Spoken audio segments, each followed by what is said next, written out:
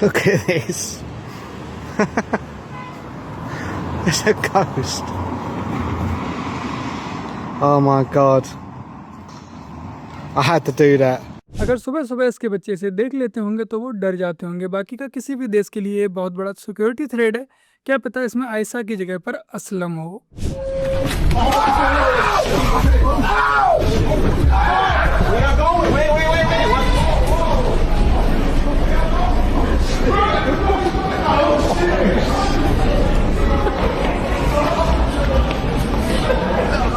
तो रावना मेरे पे आई बनो की हाल चाल मजा में एक बार फिर से सबका स्वागत है अपने चैनल द पेट्रियट ऑफिशियल में। और मैं आपका भाई दुर्गेश लेकर आ चुका हूँ एक और नई वीडियो।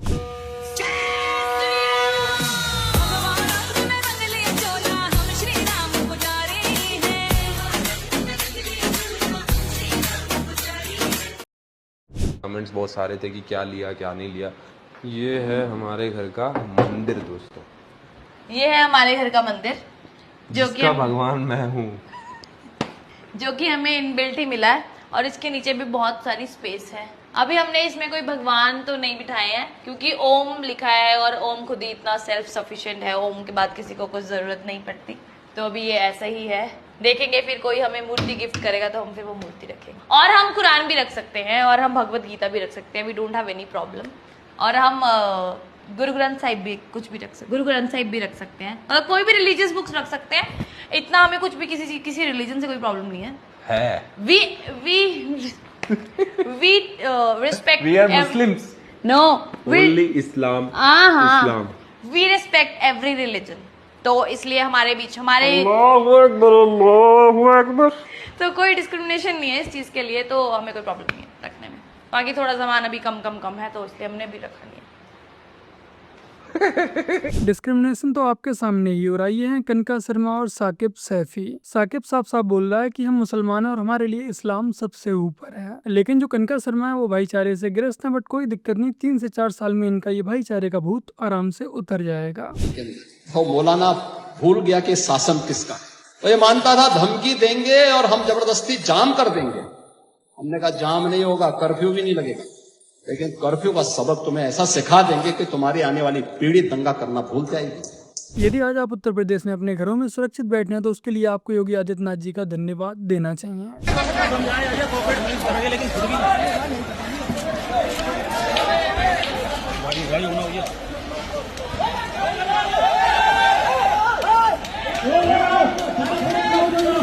एक साथ रहो, तितर बितर नहीं हो।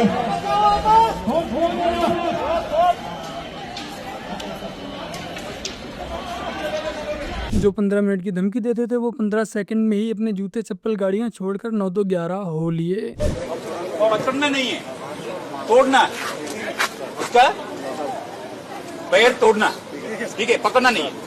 यहाँ से पकड़ना नहीं है, पकड़ना वहीं तक पकड़ने के लिए हम वहाँ खड़े हैं। यहाँ तक कोई आया तो उसका पैर तोड़ना है, ठीक है। जो एक पैर तोड़ेगा मेरे पास आके मेरे से रिवॉर्ड ले।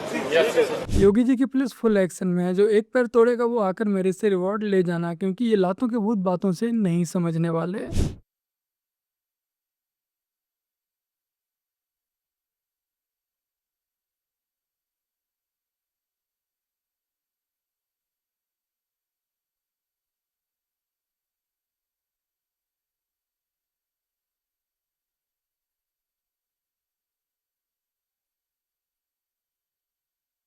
बरेली में एक जगह पर पोस्टर लगा हुआ था आई लव एम, और उसी गली में छोटे छोटे बच्चे क्रिकेट खेल रहे थे और उनकी बॉल जाकर उस पोस्टर में लग जाती है, जिससे कि वो पोस्टर फट जाता है। उसके बाद से ये पूरा हंगामा स्टार्ट हो जाता है। और बाकी का इस कौम को क्या चाहिए, इस देश में सिर्फ और सिर्फ अशांति फैलाने का एक बहाना जो कि इस बॉल से इन्हें मिल गया। और अब ये लोग आई लव एम का स्टिकर बनाकर गाड़ियों पर, कारों पर चिपका रहे हैं। और आप लोग देखिएगा कि आने वाले समय में फिर से यही बहुत बड़ा दंगों का कारण बनेगा, क्योंकि जब वो स्टिकर पुराना हो जाएगा, घिस जाएगा, फट जाएगा, या गाड़ी से छुटकर सड़क पर गिर जाएगा, कचरे में पहुंच जाएगा, और चलता हुआ कोई मुसाफिर उस सड़क पर उस स्टिकर पे गलती से पैर रख देगा, या कोई गुटखा खाता हुआ कचरे में थूकेगा और वो थूक जाकर उस आई लव एम पर जाकर गिरेगा, फिर से देश में दंगे होंगे, इन्हें फिर से बहाने मिल जाएंगे। बाकी कहाँ इन लोगों से बस इतना ही कहना है कि अगर तुम्हें सच में आई लव एम इतना ही प्यारा है तो अपनी दुकानों पर, अपने ठेलों पर इस स्टिकर को, इस पोस्टर को एक बार आप लोग अवश्य लगाइएगा। कोई भी गैर हिंदू इस पंडाल के अंदर पाया गया इस आज्ञा के बाद में,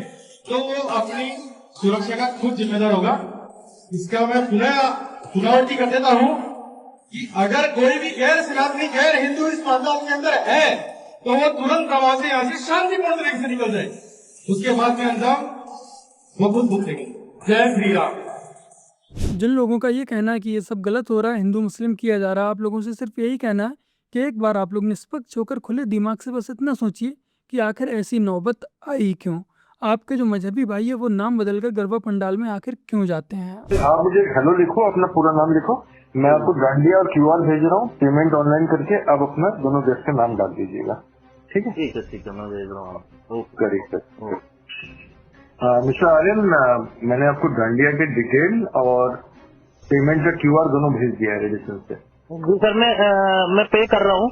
मैं एक बार ये कंफर्म कर रहा था क्योंकि जो मेरी पार्टनर है वो आकांक्षा अग्रवाल है, माने हिंदू है, तो उसमें एंट्री में कोई दिक्कत तो नहीं है ना? कोई प्रॉब्लम नहीं है सर, आप 4 हिंदुओं को लेके आइए, कोई दिक्कत नहीं। हाँ, तो वही मैं पूछ रहा हूँ क्योंकि कई जगह पे मुस्लिम के साथ हिंदू की एंट्री नहीं होती। अरे सर, इन्हें डांडिया नाइट में तो आना है लेकिन पूजा पाठ नहीं करना, आरती नहीं करनी है, मूर्ति की पूजा नहीं करनी है। आज हम हिंदुओं ने ही भक्ति के नाम पर, पूजा पाठ के नाम पर गंदगी और अश्लीलता फैला रखी है। इसका एग्जाम्पल आप लोग इस वीडियो क्लिप में देख लीजिए।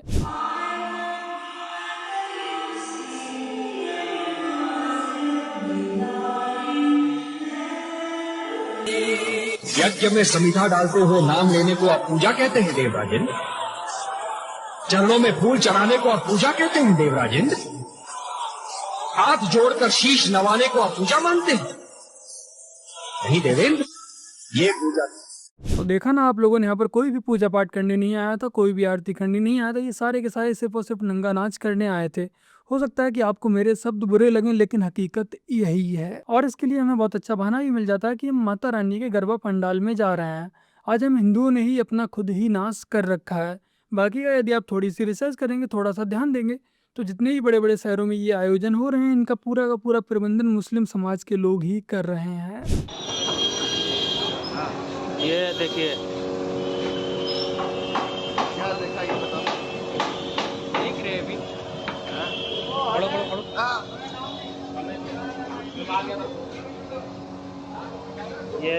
ये क्या सोच समझ के बनाए हैं पंडाल।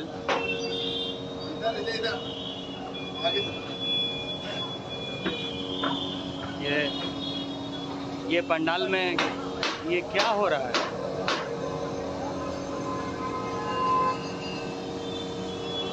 तो देखा ना आप लोगों ने, माता जी के नाम पर इस तरह के पंडाल बनाए जा रहे हैं। क्या किसी चर्च में ऐसा आप देख सकते हैं या किसी मस्जिद में गलती से आप ऐसा देख सकते हैं?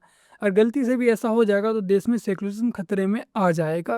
लास्ट रील देखी होगी तो उसका सेकंड पार्ट है और अभी हमें वहाँ से भगा दिया गया है। मतलब कुछ भी करा हमने, कुछ भी बोला, उससे कोई फर्क नहीं पड़ता। उन्होंने आखिरकार यही करा कि मुस्लिम लोग तुम हो तो तुम्हें औकात याद दिलाई जाएगी और तुम्हें नहीं बुलाया जाएगा। अंदर हिंदू ही खेल सकते हैं केवल गरबा। जब हम पास लेने गए थे तब तक हमें ये नहीं पता था कि अपने इंडिया में, जहाँ पे अभी हिंदू मुस्लिम एकता को बढ़ना चाहिए था 2025 में एजुकेशन के साथ, तो ये चीज़ जब कम होने की जगह जो बढ़ रही थी, हमें नहीं पता था ये इतनी ज़्यादा बढ़ जाएगी। तो पहली बात तो हम जब पास ले तब हमको पता नहीं था। सेकंड चीज़, पास के टाइम उनको बोलना चाहिए था, नाम जो भी था उनको तब पूछना चाहिए था ना। एंट्री के टाइम पे उन्होंने हरकत किया, रिफंड उन्होंने पैसा कर दिया है, लेकिन कितनी इंसल्ट के बाद बड़ा बैनर लगाया था उन्होंने गैर सनातनी वाला। वैसे पास पे लिख देते कि बहुत सारी चीजें मेंशन है पास पे, रास लीला ये वो अच्छी बात है, लेकिन उसमें एक छोटा सा ही लिखते कि गैर सनातनी नोट लाओ, मुस्लिम आप पास ना खरीदे, ताकि हमारा भी टाइम वेस्ट होता। हम 1 महीने से गरबा की प्रैक्टिस कर रहे हैं गाइस। और ये जो हमने ये जो सब किया, ये किसने किया? हमने इस बेइज्जती के लिए कि हमें अंदर नहीं जाने दिया जाएगा, सिर्फ इसलिए क्योंकि हम मुस्लिम हैं यार।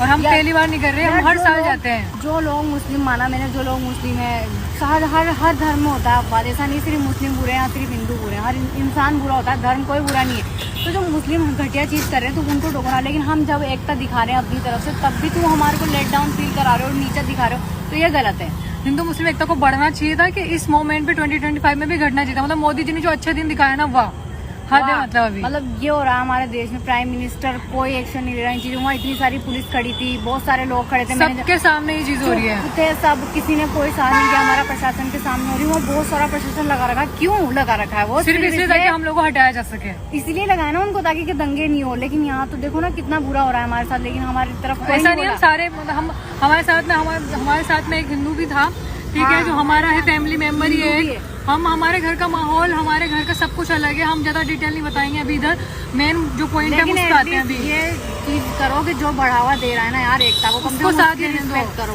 बात सिर्फ डांडिया नाइट की नहीं है, बात उस भेदभाव की जो बढ़ता जा रहा है आजकल कम होने की जगह। कोटा राजस्थान में अभी दशहरा भी लगने वाला है, वहाँ भी ये लोग बोल रहे हैं कि कव्वाली नाइट बंद कर दी, बैन हो चुकी है, बंद हो चुकी है। गलत बात है भाई, इनको तो अलाउ करना चाहिए था। वैसे मजाक सेट कर मैं इन मोहतरमाओं से पूछना चाहूँगा कि क्या तुम मूर्ति पूजा में विश्वास रखती हो? क्या तुम अल्लाह के सिवा किसी और देवी देवताओं को पूजनीय मानती हो? नहीं ना, फिर तुम्हें आखिर गरबा पंडाल में जाने की क्या आवश्यकता आन पड़ी? और हाँ, तुम्हें ये अच्छे दिन मोदी ने नहीं, तुम्हारी ही कौम के जाहिल लोगों ने अपना जिहाद फैला फैला कर दिखाए हैं। बाकी कहाँ आपके मजहब में नाच गाना तो हराम है, फिर डांडिया नाइट में जाने से भी क्या फायदा? अब समझ में आ रहा है अग्निवीर योजना का मकसद। तुम कायरों की तरह सरेआम ना मारे जाओ। ये अग्निवीर योजना बेहद काम आएगी। 25% आर्मी में, शेष गांव देहात, मोहल्लों, कस्बों और शहरों में। कोई व्यवसाय में, मोटर व्यवसाय में, कोई बड़े कारखाना लगाएगा, कोई दुकान लगाएगा, मगर वो ट्रेंड होंगे, अपने मोहल्ले की, अपने परिवार की, अपने समाज की हिफाजत कर सकेंगे। तो ये तो दूरगामी सोच है मोदी जी की, हमारी सरकार की, जिससे इस देश को बहादुरों की कमी नहीं रहेगी। आज क्या है, 100-200 हथियारबंद लोगों ने हमला करा, पूरे गांव के गांव कत्ल करके चले जाते हैं। ये कहानी इतिहास गवाह है, ये कहानी शुरू से अभी तक चली आ रही है। इन्होंने हमला करा, कत्लेआम करके चले गए, हथियारों के साथ लामबंद होकर एक रणनीति के तहत आते हैं और आप कुछ नहीं कर पाते, मरने के अलावा, कटने के अलावा। अगर आपके बीच में, शहर में, मोहल्ले में, कस्बे में बहादुर लोग होंगे, ट्रेंड लोग होंगे, तो इन हरामखोरों का, इन जिहादियों का आप मुकाबला कर सकते हैं। भले ही आज आप इस योजना को बेकार ठहराएं, लेकिन आने वाले समय में दूरगामी परिणाम आपको इसके अवश्य देखने को मिलेंगे। इस योजना का असर आपको तब समझ में आएगा जब ऐसी हजारों की भीड़ आपके घरों की तरफ आने वाले समय में दौड़ती हुई नजर आएगी। आम आदमी पे भरोसा रखिए, हमें अकल है। मैं जेंजी हूँ, संविधान बहुत स्ट्रॉन्ग है। मैं राहुल गांधी जी को ये बोलना चाहता हूँ कि आप लोगों को, युवाओं को बेवकूफ़ मत समझिए। आपकी हर बात समझ में आती है, आपका राजनीतिक प्रोपेगेंडा समझ में आता है, तो बेहतर होगा, लोगों को बरगलाने से बेहतर है कि आप विकास पे काम करते हैं। और जो राज्य आपके अंदर में है, कांग्रेस के अंदर में, आप वहाँ पे एक मॉडल की तरह डेवलप करो। अगर मेरे को होप दिखेगी तो मेरे को मोदी से फर्क नहीं पड़ता, मेरे को देश से फर्क पड़ता है। अगर ये बंदा भी देश चला पाएगा तो मैं इसको भी वोट दूंगा। मोदी में मेरे को होप दिखती है, मैंने 3 बार वोट दिए हैं। राहुल गांधी में होप दिखेगी, मैं 4थी बार उसको वोट दूंगा। नेपाल दंगों के बाद राहुल गांधी को जैन जी की बहुत याद सता रही थी, तो सुन लिए ना जैन जी के विचार।